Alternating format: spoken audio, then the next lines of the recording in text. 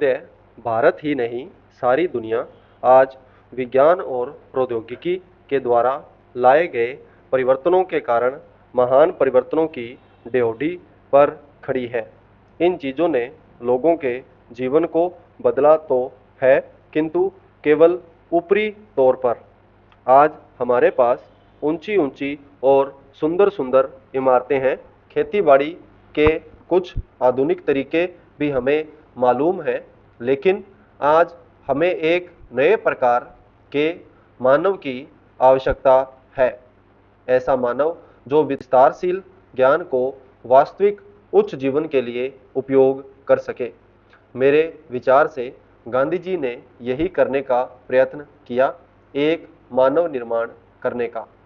मैं नहीं कह सकती कि मनुष्य का स्वभाव जैसा है उसे देखते हुए आज की दुनिया में ऐसा करना संभव होगा या नहीं, किंतु इस दिशा में प्रयत्न करना उपयुक्त होगा और केवल बुद्धिजीवी ही इस तरह का प्रयत्न और दूसरों का मार्गदर्शन कर सकते हैं। आज दुनिया बहुत छोटी हो गई है और हम अलग अलग खानों में बंटकर नहीं रह सकते। हमें अपने लक्ष्य प्राप्ति के लिए कहीं अधिक एक होकर रहने की आवश्यकता है। हम लोकतंत्र में विश्वास करते हैं, एक तो संसदीय प्रणाली की सरकार के अर्थ में, दूसरे उस तरीके में जिस तरीके से हम अपनी पार्टी में और अन्यत्र काम करते हैं। पर लोकतंत्र रूपी हमारा ताज़ा पानी कभी कभी जातिवाद, सांप्रदायिकता और सामाजिक रीति रिवाजों इत्यादि के सड़ते गड्ढों में बंद हो जाता है।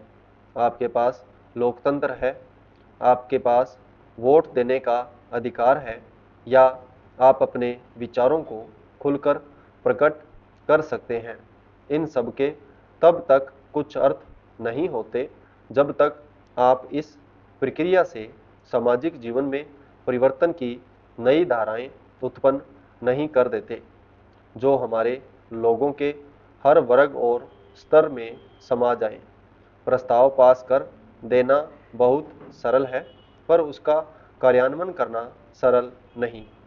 हम जानते हैं कि स्थिति या पद में कुछ लोगों का निहित स्वार्थ हो जाता है और कुछ एक का किन्हीं दूसरी चीज़ों में, लेकिन सबसे बड़ा निहित स्वार्थ है भय, जो जाना पहचाना है, उसे परिवर्तित करने का भय। हम जानते हैं कि अमुक चीज़ बुरी है, फिर भी हम उसे परिवर्तित करने से डरते हैं, लेकिन आज हम इस तरह बड़े बड़े परिवर्तनों के बिना वास्तव में जीवित ही नहीं रह सकते। हम परिवर्तन लाएं कैसे? हम लोगों को इस बात का कैसे विश्वास दिलाएं कि परिवर्तन आवश्यक है? महोदय, पिछले कुछ वर्षों में सभी राजनीतिक दल किसी न किसी तरह से जनता से दूर हो गए हैं। आज हम और आप दोनों को अपनी जड़ों को फिर से जमाना होगा, जनता से प्रेरणा लेनी होगी। हमें जनता की आकांक्षाओं, उसकी मांगों और उसकी आवश्यकताओं के अनुसार चलना होगा। अपने देश के विशाल आकार के कारण यह बहुत बड़ा काम है, लेकिन उस आदमी के लिए कुछ भी असंभव नहीं जिसने कुछ करने के लिए कमर कस ली हो। कुछ देशों में लोग चढ़ने के लिए पहाड़ों की ऊंची से ऊंची चोटियों की तलाश में रहते हैं, ताकि उनके मन और काम की चुनौतियों का समाधान हो सके। कुछ दूसरे छोटी छोटी नावों में सागरों और महासागरों को पार करने के लिए निकल पड़ते हैं। ये सब असाधारण उद्यम है, किंतु हमारी चुनौतियां तो हमारे दरवाजे पर ही दस्तक दे रही है। हमें ऊंचे ऊंचे पर्वतों पर या गहरे सागरों तक जाने की आवश्यकता नहीं है। हमारे हर गांव में गरीबी है और घर घर में जात पात है।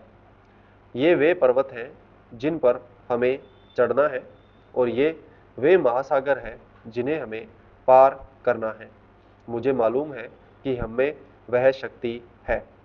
मैं जानती हूँ कि हम में क्षमता है, केवल प्रश्न है करने का, और मैं आशा करती हूँ कि यह सम्मेलन उस दिशा में ले जाने वाला एक छोटा सा कदम होगा। आदमी के चंद्रमा पर पहुंचने के बाद किसी ने कहा था कि वह कदम रखने वाले के लिए छोटा सा कदम है, किंतु मानव जाति के लिए बहुत बड़ा कदम था।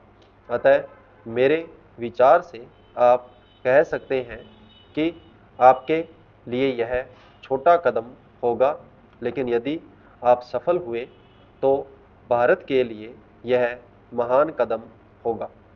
मैं आशा करती हूँ कि आप इसे ध्यान में रखेंगे और दूसरों में उत्साह पैदा कर सकेंगे, क्योंकि किसी भी तरह की उपलब्धि के रास्ते में सबसे बड़ी बाधाओं में से एक है हमारे बुद्धिजीवियों, हमारे पत्रकारों इत्यादि में व्याप्त अविश्वास या संदेह वृत्ति।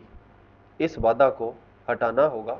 हमें अपने उत्साह को पुनः स्थापित करना होगा, और इससे उत्पन्न होगा वह साहस, धैर्य और संकल्प शक्ति जो उन बहुत सी चीज़ों को प्राप्त करने के लिए आवश्यक है, जो हमें प्राप्त करनी ही चाहिए।